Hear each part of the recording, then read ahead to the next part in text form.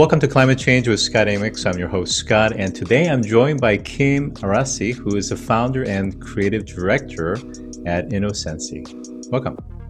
Thanks, Scott. I'm very delighted to be here today. All right.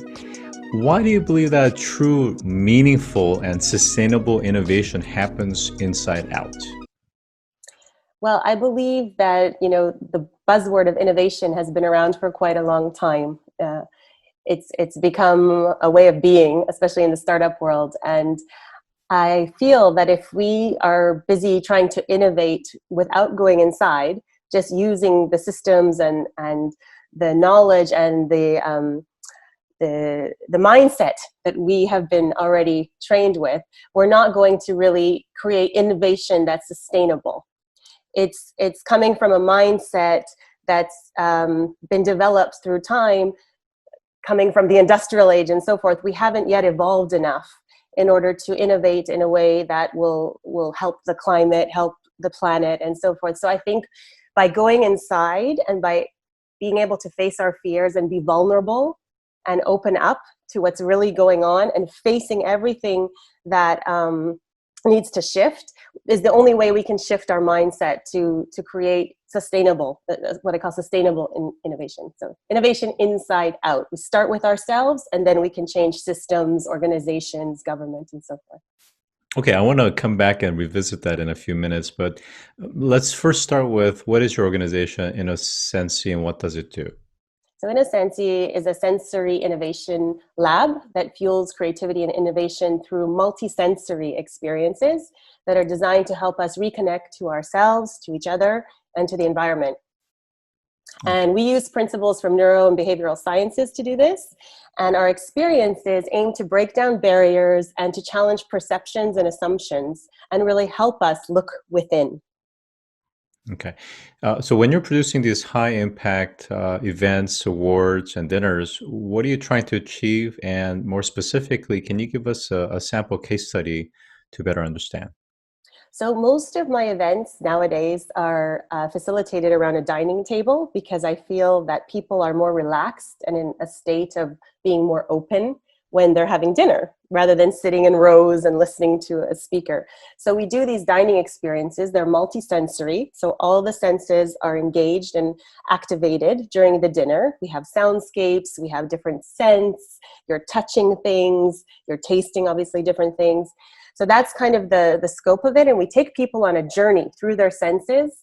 And it's usually curated around a theme.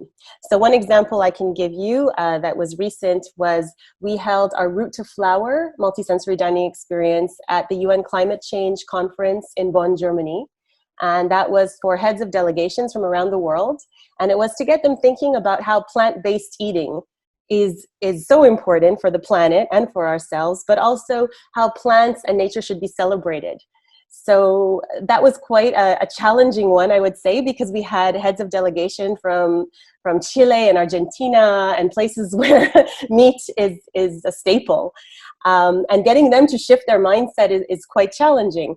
But what we saw was through this experience where they were using all their senses and really feeling, there's no other way to describe it, feeling into the food, feeling into what this was about, and really celebrating the plant. We take them on a journey from the seed in the ground all the way to the flower in the tree, and each course represents a different part of the plant. So you're really eating all the different parts. And of course we had top chefs, so the food was absolutely delicious. But by the end of the meal, when I spoke to some of these heads of delegations, they were telling me that actually they would have never given vegetarian, vegan food a chance. But now that they've actually had this experience and tried it, they've shifted their mindset. They've opened their mind to it. And this is my whole thing. I'm saying that you can't shift mindsets without taking people through the experience. We can talk until we're blue in the face about the environment, about everything that needs to change. But if people don't feel it themselves and go through an experience, they're not really going to change their behavior. Yeah, that's interesting, and this is something that I've recently discussed with another guest on the show, and her assertion was that even though we are in 2020, that really just the way our brain has been developed, we're still very much not only first industrial revolution, but more like Neanderthal, prehistoric in terms of fight or flee.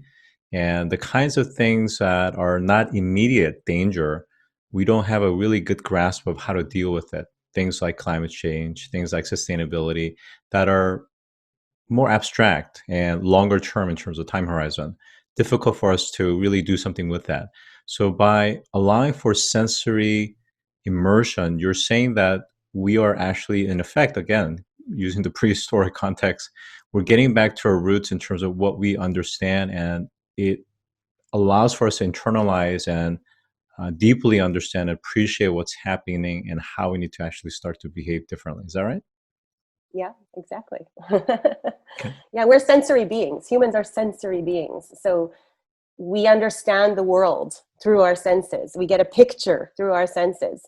And so if we're ignoring many of our senses, which we are doing, if you think about it, with technology nowadays, we're in front of screens. I know I'm in front of a screen right now talking to you, but we're in front of screens all day. From the minute we wake up, checking our phones, and I'm guilty as well. I'm no different.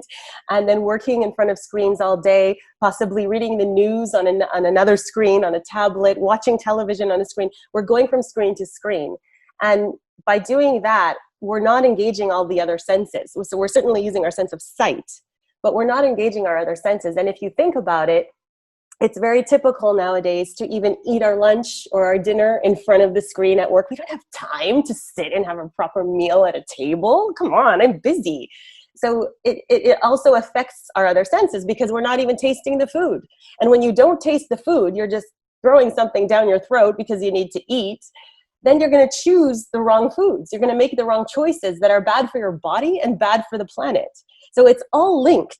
If we're not aware of our senses, we're not aware of what it's doing to our body, and we're almost harming ourselves and the planet because we're just numb.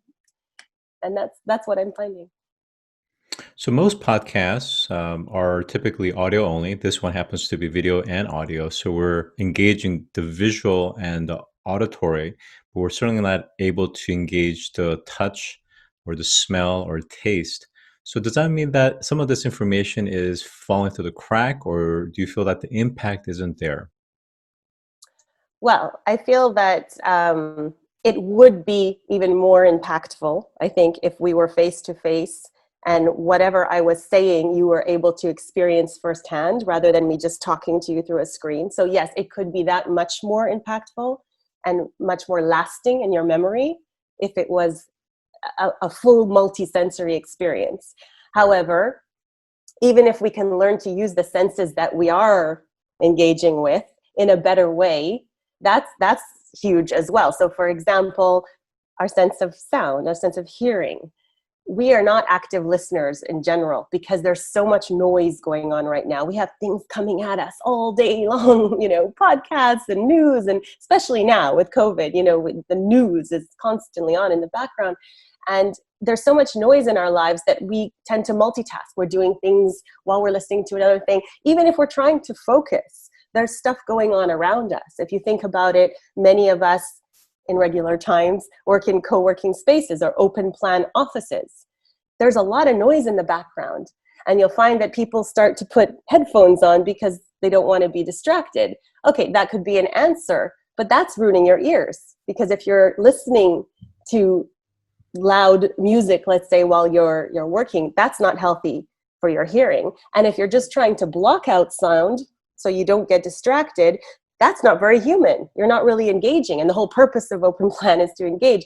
So even if we're just using two senses like sight and sound, hearing and vision, if we learn to engage them in a much more active way, we can still get a better experience if we learn to be deep listeners, active listeners, and not just broadcast our own information to the world.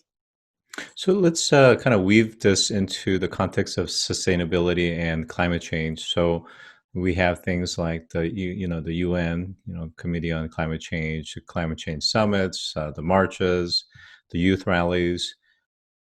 Are we doing it wrong? Are we doing it wrong? No, I don't think we're doing it wrong, but I think there's so much more that can be done if we think in a way that we want to give people experiences. So yeah, as I said before, speaking about it and reading about it and watching films about it is already good because we need to learn. But if we can give people full-on experiences, take them into nature, you see such a difference. If, for example, the schools now, there are a few, and hopefully more will come, that are teaching children where do vegetables grow and teaching them to grow their own foods. What a difference. Those kids are going to grow up and appreciate nature and understand that we have to take care of the earth because it brings us our food. But most kids don't know this. They think milk comes from a supermarket. They don't even know it comes from a cow. So giving people the experience is going to be much more effective and lasting than just letting them hear over and over again how bad it is for the environment. So I just want to make sure it's practical for the listeners, is that outside of the context of intimate dinners and, taking kids into the forest or to, gardens, how do we on a scalable fashion reach the millions of people to be able to not just persuade, but convert their behavior and actions to climate action efforts? Well, I think it starts with education. And I think that's a whole other topic. But I think our education system needs to change because that's the generation who's going to be dealing with all of this. So if we can incorporate, looking at education, if we can incorporate much more experiential learning into the curriculum, I think that will make a huge difference. So I mentioned about learning how to grow vegetables and learning about farming, but it's everything. It's learning how to meditate, learning how to actively listen to each other. All of those human skills, those soft skills will help that generation start thinking about the planet in a different way because you'll feel more connected. This is what we're lacking right now. It's, I believe that we see ourselves separate from nature and the environment. We are humans. We use the planet for what we need it for. We'll use whatever, the energy, the oil, what we take what we need to live more convenient lives. If we keep going with this mindset, things are not going to change because we're here to get what we want from the planet. If we start to teach children at a young age that we are part of the planet, that we are all nature, that this whole system only exists if we all work together, and we'll only be able to sustain it if we're one and we're working together, that's going to change things. So I really believe that it starts with experiential learning in schools. Yeah, I want to present a different perspective is that, there are percentage of the population globally, really, that believe that everything on Earth was given by a divine being, and we are stewards, but yet at the same time, it is for our pleasure and consumption. So how do we kind of or shift that mindset among, especially the older generation? Yeah, I think that's, again, about what we're trying to do with Innosensi. When I say innovate from within and using our senses to go within, to shift that mindset, we need to almost birth a new consciousness. And I know that sounds very woo-woo or whatever, but it's actually not. We need to go within ourselves. Using our senses is a way to go within and really face some of the things that we've been kind of shoving down. We have a lot of fears, a lot of anxieties, and a lot of stories we've been telling ourselves over the years as a collective. And we have to be able to be brave enough, be courageous enough to face those stories and see how actually they were created by us. And if we don't want to follow them anymore, if we don't think they're serving us anymore, we can let go. The way to get to that is through, I believe, becoming more conscious. So that's meditation, that's just being more present. And again, if we use our senses to get there, it's a way in. It's a way into our deeper being and our consciousness. So we need to shift mindset through a birth of a new consciousness that we are all part of nature. The system wasn't working. It really wasn't. There's so much poverty, the climate, the environment is not doing well. It's sick. COVID comes along, and we can talk about that in a bit, but it's kind of showing us there's an emergency. There's a problem. Hmm. And so I think, well, can I talk about COVID now? I just think this is such an exciting time to be able to go inside ourselves and see that the earth, the planet was broken. The collective body is sick. We've been, when your body is sick, you have different parts of it that start to feel pain. So you might get a headache, you might get a stomach ache, it might get worse. You might not be able to move your leg. Your body is trying to tell you something. And you can choose not to listen and ignore it and keep going. And then it's going to come up somewhere else. That's what happens. I believe the same thing happened with the collective body. We're not doing well. We're pretty ill, both as a society and in terms of the environment. It's not just the environment, it's all connected, how we are with each other. And this came along. It wasn't a choice, but it came along, and I think it's almost like a detox for the collective body. This is our chance to purge everything that wasn't working for us. We didn't choose it, and it's painful, and we're going through that pain right now. Nothing feels comfortable. There's so much uncertainty. People are dying. It's not great, but when you detox, it's not great. It doesn't feel good. It's uncomfortable. But the point is, when we get through this, we will then have the choice of how we want to continue. Do we want to just continue to put toxins back into our body? And then the same thing will happen again and again. And maybe next time we'll get so sick that it'll be fatal. Or do we wake up? Do we use this as a wake-up call to really see what we need to do and how nature is us? We are nature, and we need to shift our mindsets in order to build a more sustainable future. So sorry. So if I may, I think again, I think there's enough statistics out there that many people out in the world recognize the presence of climate change and the fact that there is some degree of influence that the humans have actually created around climate change, regardless how conservative one is. But let's take the example of, let's say, a oil and gas industry titan, or maybe that person has been appointed to a certain political position of power, overseeing, let's say, the Environmental Protection Agency, as an example. How do we start to bring inside out approach to those hardened minds and hearts where they profit and they represent the very industry that are exploiting not just Earth, but also the lives of people? I think it's about, again, it's going inside. It's having the courage, helping them have the courage to go inside and look at what their actual objective was. Maybe oil and gas has been their thing for a while, and it's done well for them and their shareholders, and everyone's benefited from it. But the world is changing. We're moving from a world of scarcity to a world of abundance. And oil and gas is not going to be the thing anymore. We're going to have solar energy everywhere. It's going to change. Things are changing, and we have to face that. That's what disruption is all about. We have to face that. So if we can help these companies look inside and think about, okay, maybe it was oil and gas before, but what's our objective? What's our purpose on this earth? Why did we create this company in the first place? Really?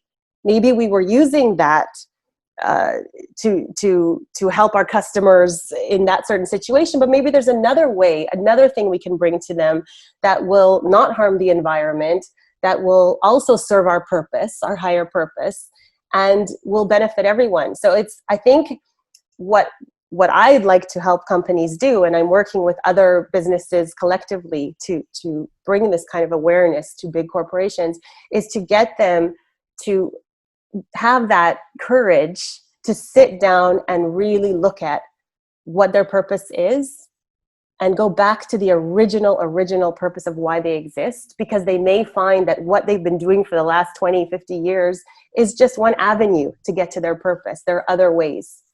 So it's helping them realize that there isn't only one path to achieve their objectives.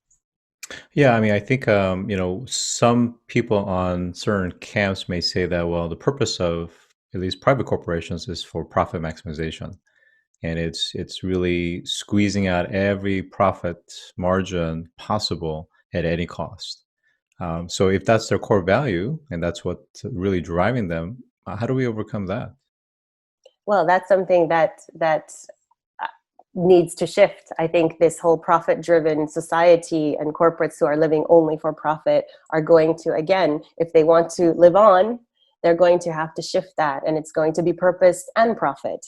I'm not saying we all have to just be charities and everything is just about purpose and nobody makes any money here. But I think there is definitely a way, and some corporations are already showing that there's definitely a way to have a really deep purpose that serves society and serves the world and is sustainable for the environment and also makes profit. You can have both, but it takes that courage to go in and rethink things. Well, thank you for joining. I think certainly it's a definitely a wake up call. Getting in touch with all our senses is a powerful approach. I think one of the biggest barrier to that is making sure that the individual or communities first recognize that they need to consider different approaches to not just looking at the world, but absorbing and internalizing that information within through the different senses. So with that, I've been joined by Kim Arazi, who is the founder of Innosensi. Thanks for joining today. Thank you, Scott.